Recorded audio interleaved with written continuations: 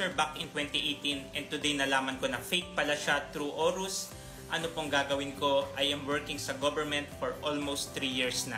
What I suggest is itry mo muna siya i-verify using BIR chatbot Revi dahil ang ilalagay naman natin doon ay full name natin. Tapos i-re-review ni BIR officer kung meron bang TIN na nakaregister under your name.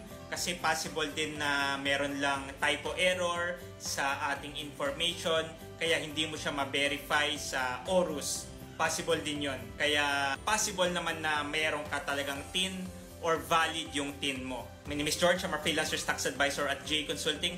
What we do is we are empowering online freelancers through simple and stress-free tax compliance. Kung na-verify mo na fake nga yung TIN mo, ibig sabihin, wala ka pang TIN. Ang next step, inform mo si employer or HR sa nangyari para kuhanan kanila ng TIN. Yes, si employer po ang kukuha ng TIN para sa mga employee na wala pang TIN.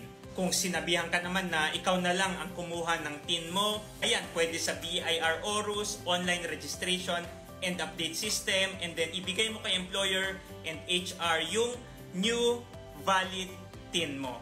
And lastly, ayun guys, wag na po tayong magpa-fixer ng TIN natin. Madali na pong kumuha ng TIN online, pwedeng-pwede na po. You are a freelancer at meron kang concern or question regarding freelancers BIR registration and freelancers tax compliance, comment mo lang yan at sasagutin ko yan.